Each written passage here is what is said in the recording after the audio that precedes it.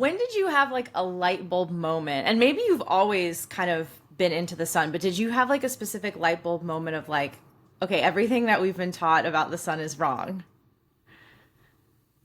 Light bulb moment. I mean, look, I've always had a great relationship with the sun. I mean, I've always been outside as a kid, playing soccer, playing other sports. And I did pretty much seek out a tan just naturally. But I think the light bulb moment for me, if there was a moment that came close to that kind of description, is listening to Dr. Jack Cruz on Tetragrammaton with Andrew Huberman and Rick Rubin. I remember that moment exactly because I was on the beach and I basically I listened to him explain a lot of how circadian biology works at a deeper layer.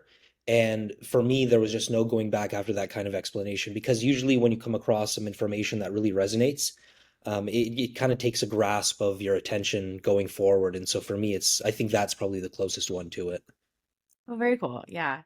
And I mean, I agree with you as far as I've always kind of been into the sun as well.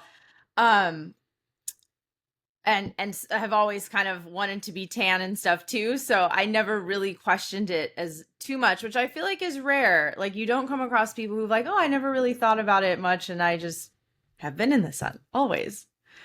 Yeah. I feel like a lot of people intuitively understand that sunlight is good to them to some degree. But I do think that there's a lot of propaganda, honestly. There's a lot of misinformation that's being spread on this topic. And I think that's a large part of my work is just trying to peel back those layers to reteach people a lot of this because ultimately your intuition knows best. And I really do feel like people have been led astray through that kind of programming. Yeah, and you make a good point because our intuition is hardly ever wrong. And if most people can like quiet all the noise around them, I think they would come to the conclusion of, yeah, why am I afraid of the sun? Why am I covering myself from the sun? Yeah. So we'll just start jumping right into the topics that I'm wanting to pick your brain about. So the first one is melanin, because this is an area that I'm less well read on, and so I'm excited to hear you talk about it. So how do you explain what melanin actually does in the skin, especially in its relationship with sunlight? So I think the important distinction here is that we have to understand the mainstream perspective on what they think about melanin and then the quote unquote decentralized perspective or alternative perspective, like my own. So when it comes to the mainstream, they firmly believe that melanin is a sign of either skin or DNA damage. So that's their starting point. That's their starting position. They have a very reductive view of melanin because they only look at one aspect of it while completely ignoring the other aspects involved with melanin as ultimately a unique biological polymer in nature. It's found almost everywhere in nature. Human beings have three distinct forms. I mean, you have neuromelanin in the brain, which is unique to human beings. You have eumelanin, which is more so found in darker skinned people, and then you have pheomelanin, which is usually responsible for like the lighter colors, the pinks, the yellows, oranges, whatnot. And that's what you find more so in lighter skinned people, which is why they kind of tan in that shade of red or pink. And so the mainstream narrative only has that reductive lens to explain it, but fundamentally they're looking at only one part of it. When you look at the literature that science actually provides, it's photoprotective, meaning it protects against radiation to some degree. For eumelanin, the darker colors, it's actually blocking 99.9% of UV light. It's anti-cancer, anti-tumor, which goes directly against the mainstream narrative that if you build a tan, then you increase your risk of skin cancer. It is anti-venom in some cases, anti-inflammatory, antimicrobial, antifungal. So it has a pretty large range of benefits when you look at the actual literature instead of listening to more of those one-liner pieces of propaganda. Yeah. And so where I believe melanin comes into the play is that it's fundamental to human health. It is something that you fundamentally want to build more of through sunbathing, through a circadian aligned approach to sunbathing. And I do think that when you look at how melanin is developed, I mean, obviously UV light, UVB more specifically, hits the skin, signals to melanocytes, the cells that are responsible for making melanin to actually make it. And this whole point of like DNA damage or skin damage is just it's looking at the tip of the iceberg, but it's not looking at the other aspects of human biology like nucleotide excision repair, like vitamin D3 synthesis, or any of the fact that any of these things are all controlled under circadian biology. So hopefully that makes sense, but I think Yeah. mainstream medicine completely misses the mark on melanin. They have a very reductive view of it. Yeah, yeah, it certainly sounds like it. So then when you look at the literature, melanin is something that is helping us and protecting us. It's not a sign of aging at the end of the day, which again, we're told that if you're tanning and you're getting darker, your skin is damaged. No, I mean, it just doesn't make sense, even from an evolutionary standpoint. If you believe in evolutionary biology and adaptation, if melanin was a sign of skin or DNA damage that increased our risk of cancer and was basically a death sentence for our species, we wouldn't be around, period. Because ultimately, we were all under full spectrum sunlight with most of our skin exposed, even if you're at higher latitude and whatnot. And so I just don't think there's so many like glaring holes within the mainstream narrative that it's kind of shocking because people would think that their dermatologist or physician knows everything about health. But if you Right. go down the rabbit holes of like, the Flexner report, Rockefeller medicine, all that stuff, it's pretty clear that they have a very bastardized view of what's actually going on. Yeah, absolutely. So why do you think that the narrative around sun exposure became so fear-based when melanin is something that is designed to help us and adapt? I do think it stems from the 1910 Flexner report because that's where this report was basically created by J.D. Rockefeller, more so funded by him, and then Right. you have Andrew Carnegie. What was there? There was another individual at play, but I forgot his name, and that was really the starting point to where we saw the centralization of modern medicine. So prior to that event, in the early 1900s, maybe 1903, 1905, you saw individuals like Auguste Rollier, the first heliotherapist to do his work. You saw the work of Niels Ryberg-Finsen, who was basically the first scientist to study full spectrum sunlight as it relates to human biology, more so on disease models as well.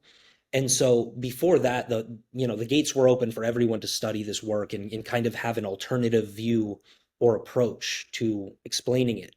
But after the 1910 Flexner report, where medicine became centralized, meaning, naturopathic medicine, circadian biology, all of these things were put to the side and demonized fundamentally. And that's where we saw an allopathic bias towards, of course, J.D. Rockefeller's pharmaceutical drugs, since he was an oil tycoon. Most drugs are made of petroleum fundamentally. And then surgery was also a big play as well. But basically, that's where you saw the starting point of how the education system started to shift towards more of an allopathic approach. And then, yeah, I mean, to that point, it's taking on a life of its own. And so the dermatologists and physicians of today essentially parrot a lot of the same stuff that stemmed from that 1910 Flexner report. Right. So obviously, yeah, it goes back to, oh, we can profit off of something if if we tell people that the natural thing is dangerous. Pretty Exactly. much. It's Yeah. a true and tried playbook that play that they've run for forever. Yeah, absolutely. Because yeah, Finson got the Nobel Peace Prize, right, for his heliotherapy at one point, if I'm Yeah, remembering he correctly. won a huge prize on that end, and it's pretty shocking how after 1910 you didn't hear anything about his name, you didn't hear anything about Auguste Rollier, but they were Yeah. getting some pretty incredible results with heliotherapy, completely healing lupus vulgaris, tuberculosis of the skin. Finson used red light on smallpox, had successful outcomes, so there was a lot of great stuff to come out of that. Yeah, absolutely. Yeah, it's sad how what you can't, I mean, it's not sad that you can't profit off of what actually heals us. It's sad that they want to the pharmaceutical companies want to teach us that we need a thing to then counteract the damage that something natural that we've been around forever is doing to us. And I mean, I'm in the nutrition world, and so that happens a lot with fruit. It's like, oh, fruit has too much sugar, it's going to harm you. It's like it's sitting on a tree in the sun. It's not going to And do that. nobody's putting on visceral fat by eating oranges or No, apples. definitely not. So, let's kind of shift a little bit into the circadian rhythm because I have a question about how someone who's more fair skinned can safely build melanin. But I have a feeling that that probably relates to the circadian rhythm topic, if I'm correct. Oh, Um, absolutely. So yeah, the two cannot be disconnected. Yeah. So then what's the connection between our circadian rhythm and then how our skin responds to sunlight? So first and foremost, we have to understand that the skin is a circadian light sensing organ. So it is directly controlled by your lifestyle habits, especially when it comes to like the morning time, the midday, and then the nighttime as it relates to light more specifically in this discussion. So the skin barrier is designed to receive the signal of sunrise first thing in the morning. And that's where we see systemic circadian alignment.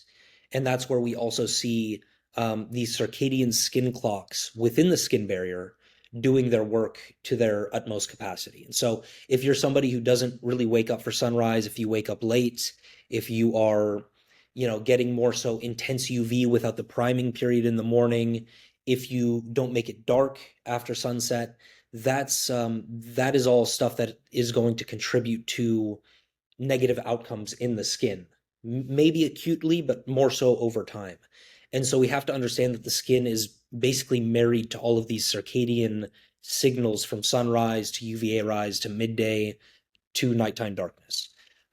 And so the best way I think for anybody, especially lighter skinned people, to prepare themselves is to get that AM sunrise and to get most of their skin exposed to that red and infrared.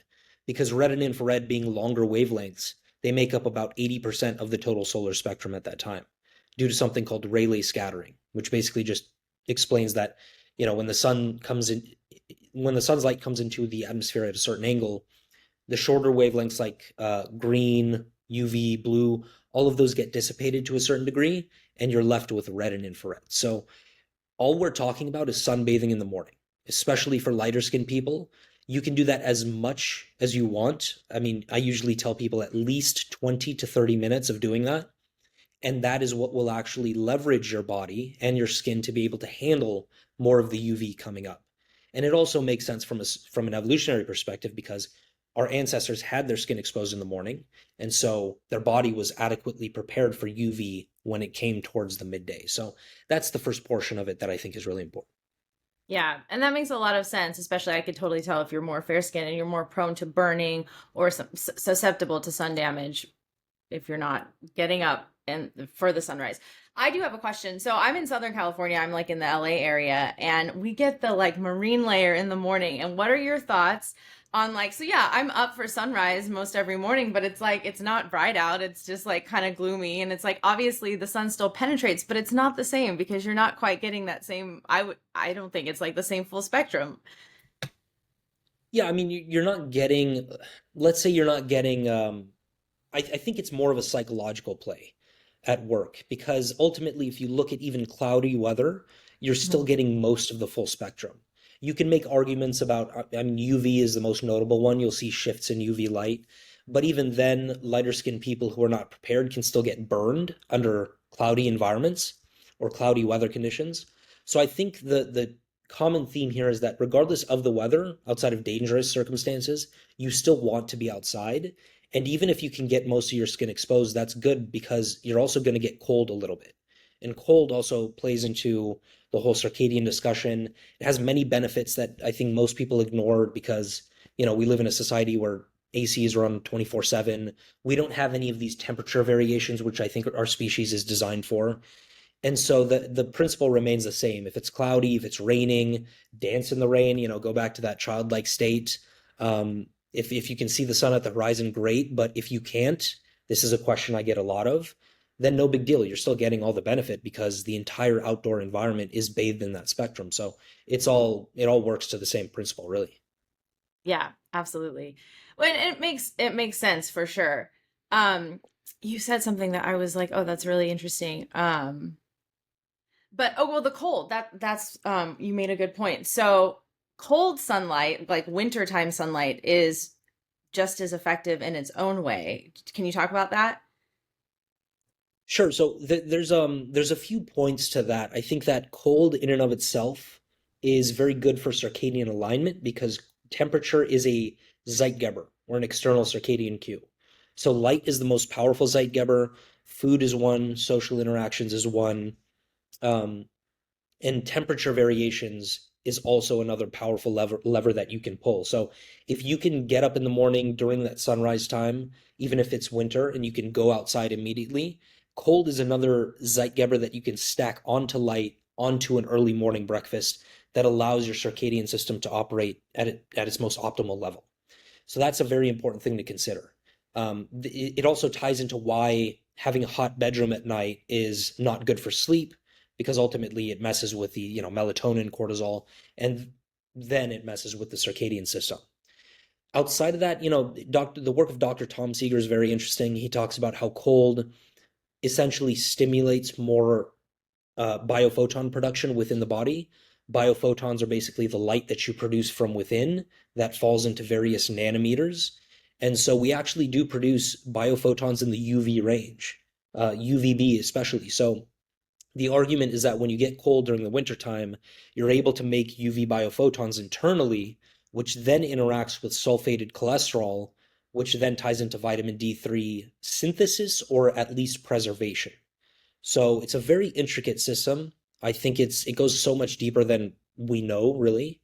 Yeah. And I think the broader point is that it would benefit you to adapt yourself to cold, even if you can just, utilize ambient air temperature outside, take your shirt off, wear shorts, but Yeah. progress slowly, then I think that's the most important thing. You don't have to buy an ice bath to make this stuff work. Yeah, absolutely. And yeah, I mean, the way it's like we're designed to sleep when it's cooler for sure. So I can see setting your, I mean, that's where I'm a huge proponent of at least AC for bedtime, especially in the summer, because I'm like, I cannot sleep when it's hot. So making my room much cooler than it probably is outside is like the one time I'm like, okay, we're gonna like manipulate this environment a bit. But yeah, like you make a great point about you don't have to have an ice bath. You can just step outside and let your skin be exposed to the winter sun while feeling the cold on your body as well. Mm. Yeah, I mean that's probably the most common question I get is how do I deal with the wintertime? And a lot of the Yeah, I principles was are gonna the ask that. same. Yeah. Yeah, but I think there is one distinction here. The summer with a lot of sunlight availability means that there's more of an emphasis on vitamin D3 production through sunbathing. Right. Whereas the body goes through this transition period where it kind of switches programs, and wintertime is more so about endogenous melatonin production. And then where do you actually produce melatonin? You have two forms. You have near infrared light outside that makes the subcellular or mitochondrial form. So just getting outside will literally produce that form. And then you also have the circulatory form from the pineal gland, which is made at night. And you need darkness for that. So melatonin is a circadian hormone that is tied to the light and dark cycle. So during wintertime, that's what people would really benefit from in terms of their focus. Okay. So that's perfect for my next question. So I was going to say, how does artificial light at night interfere with our circadian rhythm, with our skin's ability to repair and regenerate? Because obviously we are entering fall and winter and there is more darkness. And I feel like this is the time of year where people are relying more on artificial light once the sun goes down. Because obviously the sun's setting before 7 p.m. now. We're going to be changing our clocks in like less than a month. And so then it's going to get dark before 5 p.m. So yeah, how does artificial light interfere with our circadian rhythm and then our skin's ability to repair? And then how any tips that you have for this time of year as, we're dealing with more Mm. darkness? I don't think anybody likes to sit under artificial lights. I mean, LEDs, fluorescence. I don't think you could find one human being who actually enjoys that experience. I think there's something really off when it comes to that from an intuitive perspective, but also from the circadian perspective and a more scientific standpoint. I mean, it's probably one of the most detrimental and destructive things within our environment. So if you're talking about the skin specifically, there is literature in modern dermatology that shows that blue light in isolation, which makes up like almost every lighting source in modern day, it can actually cause hyperpigmentation of the skin. It can destroy the skin barrier to a very real degree. Because when you look at nature, the sun always provides blue, UV, which are shorter wavelengths, with longer wavelengths like red, infrared.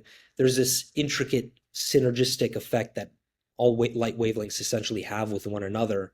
But blue light in isolation completely destroys that synergy. And it's very foreign to the human body because obviously it wasn't designed to receive isolated wavelengths like that. So definitely hyperpigmentation of the skin barrier, uh, causes dysfunction in melanocytes, which can lead to uneven pigmentation, hypopigmentation, melasma, vitiligo. These are all things that I think isolated blue plays a big part in. You have the fact that isolated blue destroys mitochondria, which is a very big deal because if you destroy mitochondria in any part of the body, you essentially destroy function of that given body part.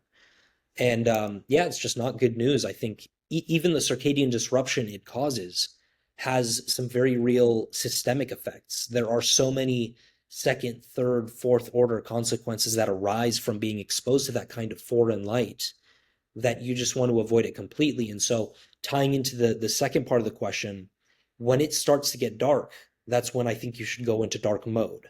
That's where I think you bring in the beeswax candles, the incandescent bulbs, red light panels if you want to a little bit, although they can be very bright for, the later on part of the night. That's where I think during the winter time when it starts to get dark a lot more, that's where you see very powerful systemic regeneration. And so if you invert that and you basically turn a dark night, what's supposed to be a dark night, into a very bright night, that throws the regenerative capacity of the body and the skin barrier completely off. Because what people do not think about, especially when it comes to skin complexion and manifestation, is that the nighttime is where you fully repair, fully repair the skin. So you need that darkness at night in order to heal a lot of the quote unquote damage that occurs. And I just think people completely ignore that aspect of the work. Yeah, absolutely.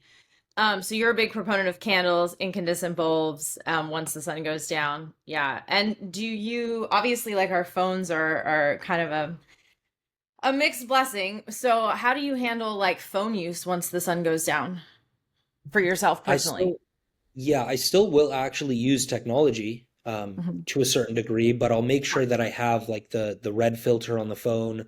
I use Mhm. One Tap Zap, which people can find on Gumroad. It has a cool widget system that you can just activate with one button. I use that on the laptop. I use that on any other devices really, but I make sure to block out all that blue. That's I think the most important part. During the Yeah. daytime, you can use things like flux, f.lux to reduce the blue. And then also another important thing for the nighttime is I strictly wear blue blockers, orange more specifically, Yeah. because I find the red way too extreme. I mean, I can't see anything in the environment, so the orange ones are really a godsend for me. Yeah, yeah, absolutely. Do you use any of like the nighttime like bulbs that there are out that exist out there that are more of like a campfirey type spectrum? I used to, but it's just if you're talking about LEDs, incandescents, in my opinion, are always going to be a step above. So I've Okay. transitioned to full incandescents. But Okay. even normal incandescents at night will still have an effect on suppressing melatonin because they offer shorter wavelengths like blue and green, and I think yellow and orange. So the real hack here is to get red incandescents. I think that's probably Okay. the best lighting solution for people at night, At night. outside of Okay. candlelight. Yeah. And then I was going to ask this question later, but I think it kind of fits right now. Is are you when you eat your meals and you structure your eating through the day, do you stop eating before it gets dark and once it's dark you're done, or how do you do that? Oh yeah. At this point, religiously stop food um, around sunset time. Usually, I Okay. like to push it back maybe an hour before sunset, but yeah, eating during darkness is a no-go for me anymore, considering a lot of the study that I've done. I mean, the Hmm. digestive system is under circadian control, which means that we're really not designed to eat at nighttime in large amounts, at least. If you have like, a small cup of blueberries with some raw goat milk, who cares? I don't think that makes a huge difference. But Right. it's really the large meals under isolated light, blue light that causes this sudden circadian disruption that becomes a big problem. And then during the daytime, early breakfast for me, considering things like leptin sensitivity, very important hormone that is also circadian in nature. Just generally, I think eating during the daytime and then completely avoiding food and also reducing liquids after that sunset period. Yeah. So I'm assuming you're fasting if you fast. I don't know what your stance is on fasting, which I'd love to hear. But your fasting is when it's dark, I'm fasting. When the sun is up, I'm eating. So do you then eat breakfast pretty quickly after the sun rises? I think you hinted at that. Whereas I know a lot of people like to intermittent fast in the morning and put off eating till around noon. which I certainly don't agree with that for women. I know men and women's hormones are different and men can get away with different things. But if you're looking at it from a light perspective or circadian perspective, I would think that your fasting period is just during the dark hours of the day. So what are your... Yeah, exactly. I think that even men can be impacted in some very severe ways if they go through that intermittent fasting experience. I mean, look, if you do it for 1 or 2 weeks, I don't think that's a big deal. But what I see in a lot of people is that they chronically do it, and Mhm. and they somehow think that's going to translate into fat loss immediately. I think the body is a lot more complex than that, and fundamentally, the fasting should be done. The more effective method of intermittent fasting is to avoid the food at night, then that allows you to go all of sleep fasted, and then you break your fast essentially earlier in the morning. And so for me, it's anywhere between sunrise and UVA rise, where that 1 hour window is where I try to have a consistent breakfast. And I try to time it pretty consistently because your body is, I mean, circadian biology is just built around time. The Yeah. timing of the system is very important. So if you can manage to get a consistent early morning breakfast, that's really great.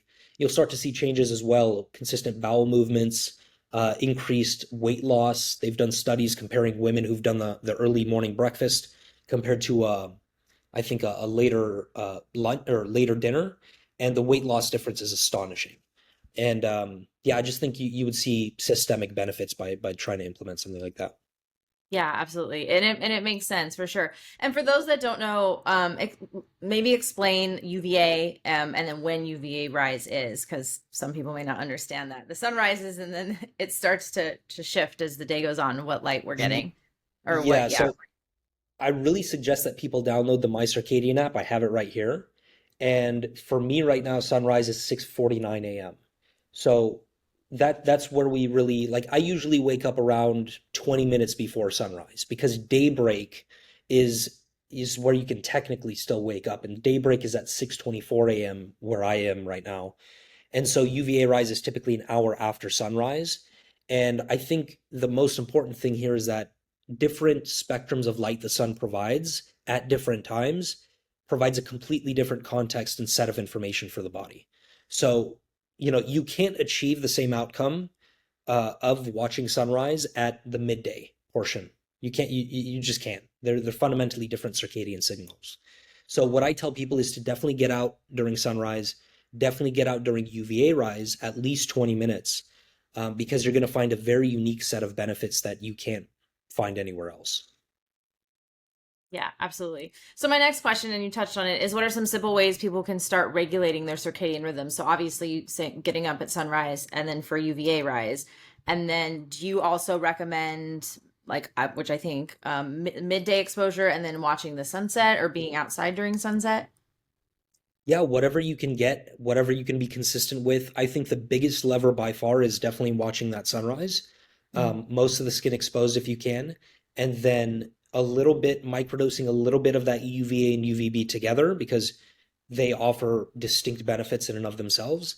And then on the last part of the day, I think making it dark at night by whatever means you can, even if it's not a perfect situation, even if you have overhead LEDs that must be on, dim them to their lowest light setting. There are various things that you can do to improve yourself in this regard. I think people kind of get caught up in like the science of it and they think it's way too complex for them to even follow through with. But a Yeah. lot of this stuff is actually very straightforward and simple. So yeah, the biggest thing by far is watch sunrise. Um, and even if you were to just watch sunrise and make it dark after sunset, game changer for a lot of people from what I've seen. Okay, awesome. And do you kind of recommend even trying not to turn on the like above headlights if they people are in an office or if they're in their home, or is it kind of like in the day it doesn't matter as much? What's your stance on that? So I do think isolated blue is essentially just as damaging during the day as it is during the nighttime, which is kind of a bummer to hear, but I do think that's the reality involved. And Mhm. so if you can change your lighting environment by whatever means, that's going to benefit you over the long run. So you can, if you're in an office, a pair of blue blockers, if you can manage to turn off the overhead lights, that's great. You might create some friction between your coworkers and manager or whatever, but hey, it's part of the game. I think it's important to educate them as well, Yeah. or you can implement some sort of more circadian friendly lighting system like the Chroma. I think they have a sky portal that you can put at your desk. You can have lighting fixtures with incandescents that provide infrared, because fundamentally, when we look at indoor environments, you're talking about environments that are deficient in full spectrum sunlight, more specifically the longer wavelengths of red and infrared. So if you can bring that red and infrared, which balance blue out to a very great degree, then I think you would make some significant progress on that end. Yeah, absolutely. Yeah, that would make a huge difference. And I know it's those overhead fluorescent lights, especially if you're in a office situation where it's not just your office space and you're sharing, but that you make some great suggestions. You did a post, I don't know, a couple weeks ago, maybe last week, I don't remember. And you talked about fascia, which I was so excited to see because I have like intuitively, I'm like, I feel like fascia and the sun are connected. And I was like trying to find some literature on it and I kind of had given up for a bit. And then I saw that you posted and I was so excited. So, how does sunlight interact with fascia and what's happening structurally or even energetically when fascia is exposed to sunlight? And maybe Yeah, explain what fascia is for those that don't know, because sometimes I know people don't know what fascia is. you could probably do a better job of explaining fascia because it's not something I've studied too in depth. As it relates to the circadian Mhm. mechanism, sure, but I think correct me if I'm wrong, but fascia is essentially just this dynamic network of communication in the body that, yeah, it's very difficult to explain for me because I haven't studied it that in depth. So what's your explanation for it? How would you define fascia? Fascia, it's kind of like muscle tissue, but it's not. And if we were to peel back our skin, we would see our fascia and we would still look like ourselves. Like you would still look like you, I would still look like me. Now, once you remove the fascia, then we'll start to look creepy and you can't really tell who's who anymore. So our fascia is almost like our skin, but it's kind of this combo of like skin and muscle, and it holds things into place for us. Mm. That's not the best That explanation. makes a lot more, yeah, that makes a lot more sense. Great explanation. I think that from the circadian perspective, I think we need to understand that it is a dynamic communication network for the body. So what I have usually referenced in the past is something called the living matrix, and it's basically a system in the body that's made of collagen and ground substance. I don't know if it's the same thing as fascia or if it's directly connected to fascia, but fundamentally that living matrix is designed to transport free electrons to different areas of the body. And so if you get an injury or if there's any oxidative stress within a given area of the body, let's say you were to ground or to get sunlight, the body would then take in free electrons to transport them essentially to that given area to make sure that it's healed or it's going through the repair process. So fascia to me, I kind of think about it in the same fashion where it's a very dynamic and intricate system of communication that involves free electrons, that involves various phenomenon like piezoelectricity, flexoelectricity, photoconduction. These are all just different ways of actually producing electricity and free electrons, along with energy for the body. So it's something that I look forward to diving into deeper, but I do think that full spectrum sunlight, along with darkness, is integral to making sure you have fascia that works properly, as opposed to the opposite. Amazing. Yeah. So do you think that fascia could act as like a light network conducting and storing biophotons in the body? Probably, I would not be Yeah. surprised. I can't Yeah, make definitive claims because I think the research on biophotonics is still very early. it is. Even Yeah. though it's gone, even though we have some literature going back to like the early 1900s on it, but I think science has a lot of work to do in terms of trying to explain it as it can. Yeah. And it's funny because I feel like biophotons and even again a lot of the concepts that you're talking about, they seem so intuitive and they're obviously very complex, but like at a surface level, it's like it should speak to humans like innate biology. So it's like, do we really need much of an explanation? But then I feel like today when everyone's so like, into the science and needing to see proof for things, that science does have to catch up with the biophoton or biophoton topic because I feel like what do we really need to study? It makes sense. Like we're light beings, like, everything, every form of life starts with light. 100%. If you look at like every culture, most cultures in history worship the sun to some degree. And even if you look at all major religions, you talk about the light from within, that's quite literally biophoton production. So it makes complete sense to me. And I don't even think science needs to explain it, nor can it even explain it fully because it has that reductive lens. So it's one good avenue that we can try to study it with, but it's not a needed one by any means necessary. Yeah, absolutely. So this question, I want to switch gears and talk about sunscreen a little bit, which, I probably know your stance, but for other people to hear someone else talk about sunscreen. So what is your stance on sunscreen? Is there any ever an acceptable time to wear sunscreen?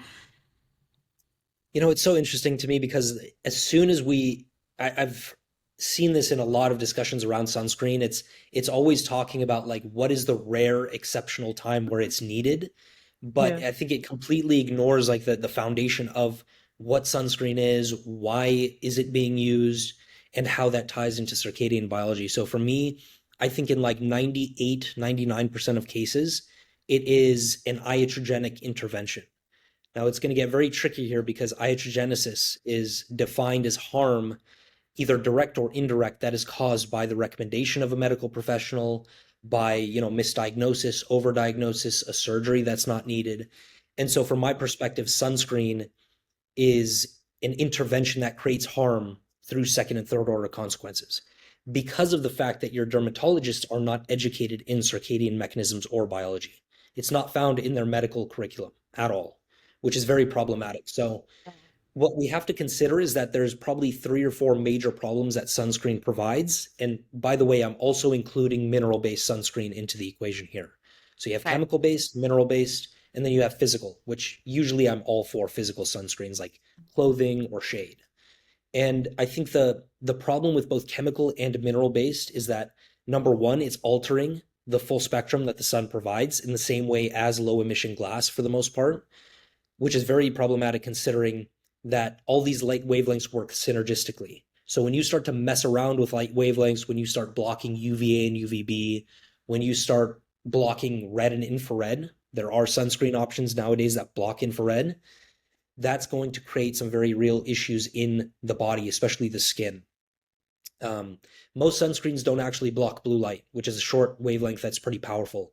So you're essentially creating an artificial light spectrum by religiously slathering on any form of sunscreen. And I think that ties into a lot of the issues involved with cancers and whatnot.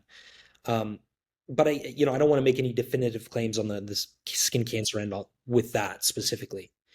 Outside of that, I mean, you have the problem of photocarcinogens, things like avobenzone, oxocrylene. These are compounds that when they interact with light and heat, which I mean, most people when they're sunbathing, they're doing that, then they essentially become photocarcinogens, which means that they provide a carcinogenic potential for the skin barrier. And so tied to that, when you put on any form of sunscreen, it's messing with the signaling involved with reactive oxygen and nitrogen species. Now, ROS and RNS are basically hormetic signals that the body needs in very fine amounts and in limited contexts. But the introduction of sunscreen creates this runaway ROS and RNS phenomenon to where the body can't handle it. It wasn't evolutionarily evolved to handle that stress. And so that ties directly into oxidative damage, which then, lo and behold, is a hallmark of cancer. So we Yeah. have to consider that big time. Outside of that, I mean, people don't understand that SPF, the lowest level, I think SPF 15 blocks at least 90% of UVB. UVB is where we produce vitamin D3. It's the only light wavelength that actually makes or starts the conversion process of D3. Yeah. And so if you go SPF 30, SPF 50, you're blocking like 98 to 99% of UVB, which Yeah. translates into the fact that you are basically not producing vitamin D3, which is an anti-cancer compound. And so if we ask ourselves the question, why is everyone vitamin D3 deficient? I mean, obviously, most people spend upwards of 90 to 95% of their time indoors, so they're not even sunbathing. But those who are and who still believe in the centralized paradigm, they're still using sunscreen pretty religiously, which means that they're also creating vitamin D3 deficiency through secondary means that they don't understand. Yeah. And so I think that's, I'm trying to think if there's anything else. Uh, I mean, look, chemical-based sunscreens I think are a tragedy. Yeah. Complete like, they're, they're a complete tragedy to humanity. I mean, they destroy the coral reefs, they destroy wildlife in the ocean. I'm not for them in any way, shape, or form. But to digress and to go like towards more of the solution end of the spectrum, I think that physical sunscreens like clothing and shade are the best solutions by far. If you've gotten too much sun and you want to avoid burns, which I think is Yeah. very important. But I mean, outside of that, there are circadian aligned ways to make sure that your skin is prepared so that you don't burn, and so that you don't need to use any form of sunscreen, period. So that's all stuff that I think is very important. Yeah, absolutely. And what is your philosophy then with like the skin on our face and neck? Obviously, like the skin there is much thinner than the rest of our body and it is more susceptible to sun damage. So obviously wearing hats and stuff are probably like the solution. I know for myself, like if I don't wear a hat, I do put sunscreen on my face because I don't want, especially if it's a long time in the sun. Um, would your argument be like, well, just wear a hat? Don't put the sunscreen on your face. Honestly, yes. I think that's Yeah. probably the more straightforward answer for me is just use hats, use Hmm. shade in any natural way you can. Because even like, look, I get the whole concept of skin damage and wanting to maintain complexion, especially as you age, but the real thing that we need to understand is that because of the fact that most people don't have that adequate circadian education, they Right. start to introduce things from a lifestyle perspective that creates that second and third order consequence. And so even something like a basic facial moisturizer that contains SPF or some other ingredients that unnaturally alter the spectrum, that creates problems in the skin. If you are somebody who wears makeup, most makeup has SPF. That's Yeah. also a problem. And so, especially when I think with men, there's less of a focus on this, but with women, because I interact with a lot of women and they bring me these messages that they're talking about, um, I think that they're able to achieve very good outcomes by not using any of that stuff and by understanding how to use shade, how to use the morning priming, how to dose their midday sunlight. All that stuff is crucial. And I think fundamentally, you can reverse things like hypopigmentation, melasma through the circadian framework. But it's about understanding all these little fine details and stacking them onto one another. Of course, yeah. So it goes back to making sure you're starting your day with sunrise and priming then the skin, not on your body, not just on your body, but then on your face as well. Yeah, and look, if somebody wants to use sunscreen like once every few months, again, I don't care about that. It's not going to make a difference. Like Yeah, it's the yeah. stuff you do day in and day out that has the most impact, which Right. begs the question like, what do you think the low emission glass in your car, what kind of impact does that have over time? I mean, that's a real concern as opposed to getting a little bit too much midday sun or whatnot. So, yeah. Absolutely. Yeah. So I'm assuming you are a regular sunbather. So what is your routine for sunbathing or yeah, how you go about it? I mean, for me, it's pretty standard now. I think it's very effortless and intuitive. Definitely morning priming. So I will, outside of rare circumstances where I do sleep in, because I do that sometimes, I will wake up around daybreak. I'll prepare myself, make sure to go outside immediately, get that circadian signal set up, and then I'll head towards my little area around my neighborhood where I do actually sunbathe in the morning. And so I'll spend anywhere of 15, 20, 35, 45 minutes, depending on the day and its duties out there. And then that's where I also wait for UVA rise. I dedicate a certain amount of time to UVA rise as well. And then for me, the midday sunbathing is not a problem in terms of thinking about burns or anything because I have more U melanin. So, I've built up a lot of U melanin to the point where I don't have to think about that. Excuse me.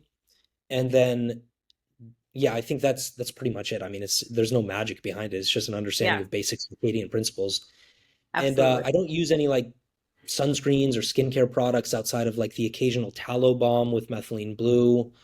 Yeah, that's about it for me. Yeah, awesome.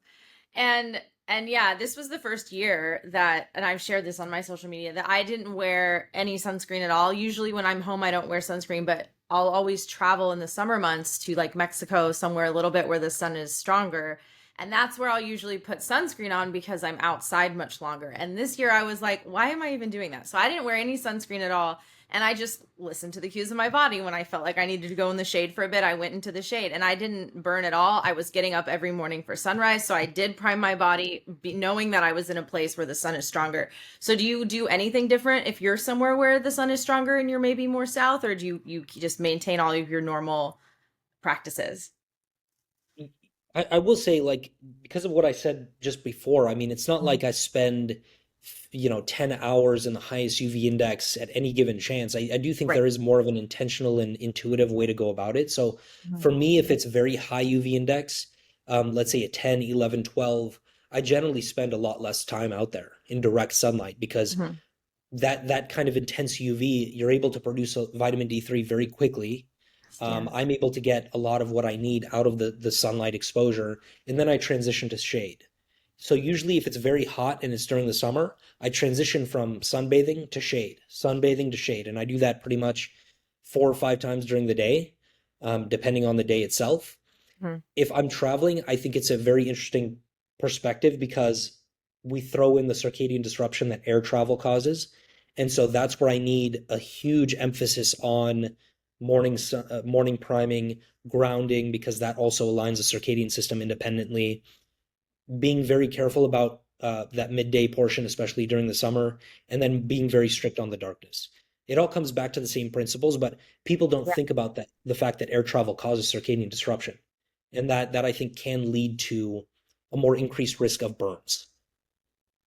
Which makes sense. Yeah, especially in the summer months when people are traveling and you're going to different time zones. Obviously, air travel, if you're in the same time zone, that's different. It's more of a time zone issue, correct? Yeah, yeah. Yeah. I try not to travel. I mean, I rarely travel, to be honest. So if anyone wants a little health or life hack, I mean, I know that people love to travel. I do to a certain degree as well, but yeah, try to limit the traveling.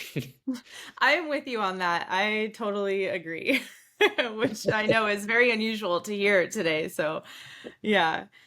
Um, and then what is one, well, actually, I want to talk a little bit about the leathery skin concept because you hear this from everybody. Oh, Mm. well, if you're in the sun and you're not wearing sunscreen, oh, you're going to end up with leathery skin someday. What do you say when people come to you with that? I mean, on one level, there are a lot of people who have even more sun exposure than that type of individual, and they don't have that kind of leathery skin manifestation. So it goes the opposite way. Um, People also don't understand that the skin barrier from, the hypodermis, the epidermis, dermis, all those layers are circadian in nature, which means that they are designed for full spectrum sunlight. And so when I hear about leathery skin or any negative skin outcome, my mind immediately goes to the fact that we've created a society that has inverted the light dark cycle, which means that it is built off of chronic circadian disruption, which includes the skin. So most people's skin is not working as it should, from a circadian timing perspective. And there are also other things that factor into skin health. Like it's not just about sun, it's also about nutrition. What are you eating? What's the quality of your food? It's also about whether you smoke or not. It's also about sleep deprivation, quality of sleep. There are quite literally hundreds of thousands of factors that tie into skin complexion and skin Yeah. appearance. Alcohol consumption, which is so common. Exactly. And so it's kind of I think it's disingenuous to just look at somebody who has that extreme leathery skin and just say, oh, that's caused by sun, where you have all these other factors involved that nobody thinks about or points towards. And then also things like, tanning beds, isolated UV. That in and of itself is not a natural thing for the circadian system and the skin barrier. And so that if you do that very consistently over time, I think that can cause some problems with skin complexion. And then you consider that most people are not waking up for sunrise in the way that I'm talking about. They don't have that progressive overload perspective when it comes to sunbathing during the midday, and they're certainly not making it dark. They're using the iPads, they're on TV, they're, going to the movie theater or whatnot. All of that stuff is fine in moderation, but I mean, it's just like the modern lifestyle is quite literally built around chronic circadian disruption. So it's crazy Yeah. to me. Absolutely. And do you think, because when I think about the leathery skin concept, I think part of it, obviously, I'm familiar with the circadian concept, and that I'm sure plays a massive role. But do you think, like, because a lot of times people who get leathery skin, they probably have circadian disruption, but they're also probably caking on sunscreen. And there has to be a component of what happens as your body ages when you're putting on these chemical sunscreens and they're baking into your skin and messing with that barrier, that I'm sure you would end up with some very unnatural looking skin that looks leathery. Sure, yeah, I don't put that past being true. I think that again, the oxidative damage that is caused by the second and third order consequences of that sunscreen use, oxidative damage will also manifest through the skin. So I think that makes complete sense. And then you also layer on other things like most people are vitamin D3 deficient, melatonin deficiency. It's just it's modern life literally creates the recipe for people to have these kind of skin outcomes. And I do not believe that sunlight inherently causes skin cancers or any skin damage at all. I think that's nonsensical from a circadian perspective. Yeah, absolutely. What do you say to someone who's more like very pale skin, fair skinned, and they are like, "Oh, I just don't tan. I can't tan." What do you say to someone who says that? Yeah, well, I mean, first of all, they do tan. They just don't tan in the same way that dark skinned people do because they have Right. a different form of melanin. So again, darker skinned people have eumelanin, responsible for the blacks and browns in nature. And then pheomelanin is what you find in lighter skinned people, which is responsible for the reds, yellows, oranges, pinks. And so don't have the expectation that you can tan like a darker skinned person because you can't. You cannot get that caramel tan no matter how hard you try. And so that's a we set the expectation right out the gate with that. Yeah. And so if you take a very intentional and circadian aligned approach to sun exposure by priming in the morning more so, starting with maybe 2 to 5 minutes of midday sunbathing, it's quite literally that amount of time, because lighter skinned people are very susceptible to burns, considering that eumelanin is a lot more protective than pheomelanin out the gate. Then and then you also make it dark at night, then you set the stage for yourself to actually have great outcomes. And the reason why I can speak so confidently on this is because, I mean, there's one component to it where I've educated myself on the science involved with circadian biology, but the amount of anecdotal like data that I have received from other people who are blue-eyed, light-skinned, blonde, redheads, who don't burn, who get great outcomes, who build a good tan, it's overwhelming. I mean, it's I have hundreds of people who message me about removing sensitivity because they stop wearing sunglasses, not burning after they have a previous history of burning, being a redhead nonetheless.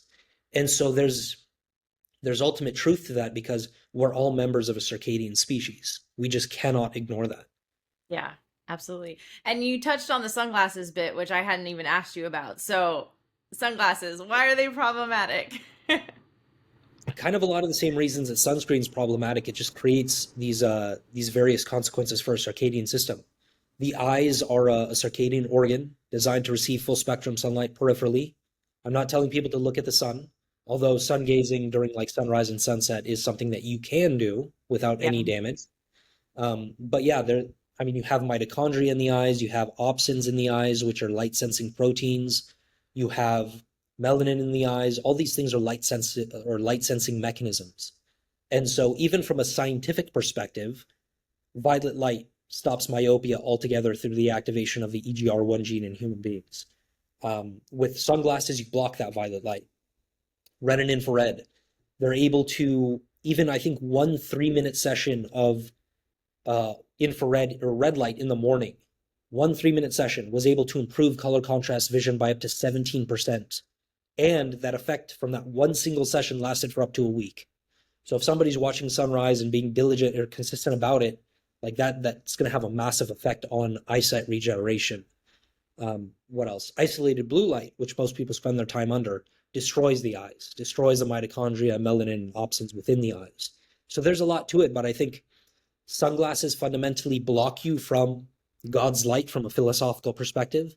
They block you from the regenerative potential of full spectrum sunlight, and they quite literally create the conditions for light sensitivity. So people think they're light sensitive because there's something wrong with their genetic makeup or something. But it's Yeah, the chronic use of the sunglasses that is creating the light sensitivity. of So course. Yeah. when people say that this is an upside down world, I mean, it's quite literally a great example of it. Yeah, absolutely. I mean, I have blue eyes, and my eyes are, objectively more sensitive than someone with brown eyes, but the less sunglasses I wear, I am less sensitive. Like, I still am a squinter, but like, it doesn't bother me to the same degree that it used to bother me. Yeah, and I think that the real problem here to avoid is glare. Because Yeah. if you're like at high altitude, there's a reason why skiers or snowboarders wear, their goggles is to avoid burns from that interaction of UV bouncing off of the white snow blanket into their eyes. And so that's all stuff to consider. But if there's active glare in the environment, sure, wear your sunglasses. Don't get into a crash on the highway or the freeway. Yeah, Um, definitely. but outside of that, it just doesn't make sense. I think it creates other issues. Yeah, absolutely. Awesome. Well, what is one big myth about sunlight or skin health that you wish people would unlearn? And maybe we talked about it already, but in your opinion, what's like the biggest one? The idea that full spectrum sunlight inherently causes any form of skin cancer or skin damage in and of itself. If you Okay. look through all the literature, mainstream science studies sunlight by using isolated UV on nocturnal animals, which are often albino. I mean, it's just crazy in my mind because they're obviously susceptible to burns and damage. Yeah. And they also have different function and repair cycles from a skin perspective as well. That people do not consider that. They're not good models to use for, UV on human beings. Yeah. Um, Usually in an artificially blue lit lab with non-native EMF around in the environment. So it's about as far divorced from nature as you can get. If you're looking at other forms of evidence that mainstream science relies on, I mean, you have epidemiology which has many different glaring um, flaws in and of itself. I mean, observational research, throw it out the window, it's useless. Case cohort studies that um, rely on answering questions or questionnaires, throw it out the window. Even RCTs, I think, offer a real problem that many people don't think about. But either way, I just don't think the science is established at all. I think there's a lot of contradictions involved. Yeah, and then obviously like you've talked a lot today about the circadian aspect, and are they taking that into consideration when studying skin No, cancer? no. And by the way, there's so much that it's such a deep rabbit hole when it comes to like the flaws involved with mainstream medicine. So I don't want people to assume that they understand my viewpoint by just me simply stating some of these things. I think there's a lot more involved here. But I think that's the root of why mainstream medicine demonizes UV light because they have a reductive lens. Their science is reductive and their science is very flawed. So, and it doesn't take into account any of the circadian stuff. So it's crazy. Yeah, truly crazy. Well, thank you so much. I mean, and I know we only really kind of like scratched the surface because there's so much more in depth, but I definitely wanted to like cover kind of a wide variety of topics just to kind of get people's feet wet who maybe aren't quite familiar. Obviously, I do talk a lot about sun exposure on my page, as do you. If you guys don't follow Zaid, you definitely should. I will have his Instagram handle in the show notes. He posts so much amazing content. I've learned so many amazing things from him as well. So usually to wrap up my podcast episodes, I do some rapid fire questions. These are just kind of like fun I and a love little them. bit more Love them. personal. So the first one is, what is your go-to breakfast? I'm somebody who typically thrives on higher protein, higher fat. So for me, it can range from I mean, like, you know, beef with eggs or steak and eggs or some variation like that. But I usually have lower carbohydrate involved. So yeah, something very fatty, something very high protein, definitely. Nice. And then what's your favorite fruit? I always ask everyone what their favorite fruit is. That's a tough one. It's actually a really tough question. I mean, pineapple, pomegranate, especially for cardiovascular benefit, Mhm. mangoes, and then probably cuties. Yeah, Oh, nice. Awesome. Yeah, we're those entering we're all four entering of those are citrus great. season, pomegranate season. So, but Yeah, yeah, those are all my jam. I can't choose just one. I definitely agree. I know I usually throw people a top five because it's hard to narrow it down to just one. But Yeah, that's a great group right there. actually, And no, then, I do actually have an answer. Blueberries oh, for sure. blueberries. Okay, there you go. I know I kind of thought maybe you were going to say blueberries since you kind of mentioned them earlier. So, Yeah. nice. And then favorite place in the world for sunlight. Where do you feel most charged by the sun? Well, is this an idealistic world or places that I've actually been to that I can speak on? You choose. If you want it to be idealistic, it could be idealistic. Um, I mean, from a circadian perspective, maybe somewhere like Ecuador, like right at the equator, or Okay. sorry, El Salvador, right at the equator is the best. But to me, I mean, I've been in Costa Rica, and I think the Okay. Costa Rica sun just hits different, and I really like that area. So yeah, I Mhm. would have to say Costa Rica. Awesome. Amazing. And then I think I know the answer, but sunrise or sunset? I mean, you're asking me to choose between my son and my daughter, but sunrise for sunrise has a very unique kind of experience to it. Yeah. Awesome. And then midday sunbathing or golden hour glow? Midday sunbathing, Nice.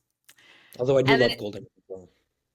they're both great. I know it's really hard to choose. I agree with you.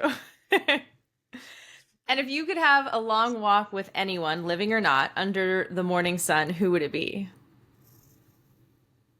Hmm. God, I mean, it just comes to the top of my mind. Probably like Augusto Rollier, Mhm. the original heliotherapist. I think I could pick his brain and get some really good, at least anecdotal experiences from him. Yeah, that would be a good Yeah, one. absolutely. So cool. And then what's one health habit you never skip? Um, I mean, I'd have to say the sunbathing. Yeah, Yeah. I can't recall the last time when I did actually skip that. So, Yeah. Awesome. And then one wellness trend you think people should skip, like a wellness trend that you think is a little ridiculous. uh, you're bringing out some really good questions. I have to think on this. Probably the like. I don't know, all the red light bed stuff is kind of like it just completely ignores first principles biology and like full spectrum sunlight. I hear Gary Brecka and a lot of these people talking about red light, and it just kind of annoys me because they don't understand what they're talking about.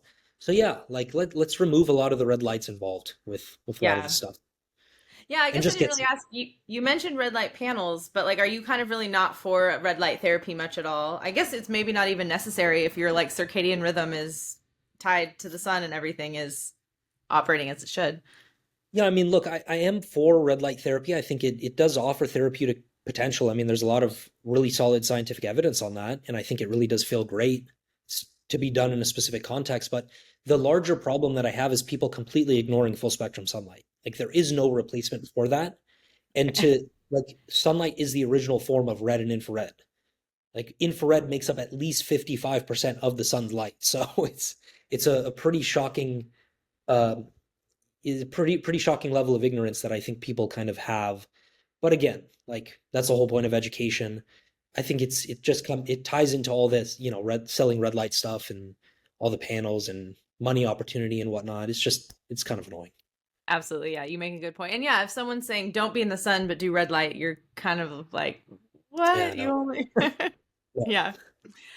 And then what's your favorite way to move your body in nature? A hike for sure, or swimming in a river or a lake for sure. I think those two, you can't top that. I mean, a run, a run on a trail, I think is one of the best things, especially in areas like Yosemite or Sequoia. I mean, bar none, best thing ever. Yeah, amazing. And then last one, if you could bottle the feeling of sunlight, what three words would you use to describe it? Um, number one, euphoric. Number two, grounding, and number three, exhilarating. Love those. Yeah. And kind of a bonus one, mostly because from my own experience, I would imagine you have something similar. Have you found through your journey of learning about the sun and really kind of resetting your circadian rhythms, have you found it to be a very spiritual experience?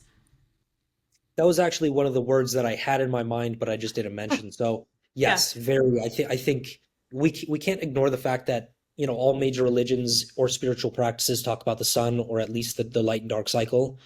I do think that aligning yourself with the circadian, the light and dark cycle as a whole, and creating circadian alignment does make your mind work properly. It does make your spirit operate on a higher level. And it's kind of something difficult it's difficult to describe. It's more intuitive, but 100%. it you can't help but basically be connected to a system that's way larger than you. And I think that ultimately brings out some very spiritual ideas and first and foremost a connection to something greater than yourself for sure. Absolutely. I think you put it really well. But it's hard to put into words, but I think you described it beautifully. So, all right, Yeah. Zaid. Well, thank you so much. I really appreciate you taking the time and answering all of my questions and sharing some of like your wealth of knowledge about the sun and melanin and the circadian rhythm. Oh yeah. Yeah, thank you for inviting me. It was a fun time. And by the way, if you wanted to do round two, in the future, I really thrive off of like listener questions and Oh, kind okay. of having my finger on the pulse with everyday people and in their perspective on this. So we could always do that too. Yeah, that would be great. I would love to do that. That'd be amazing. So, okay, you guys, if you have questions, you can send them in and we'll do a round two. Flood us with questions. Flood Yes. them.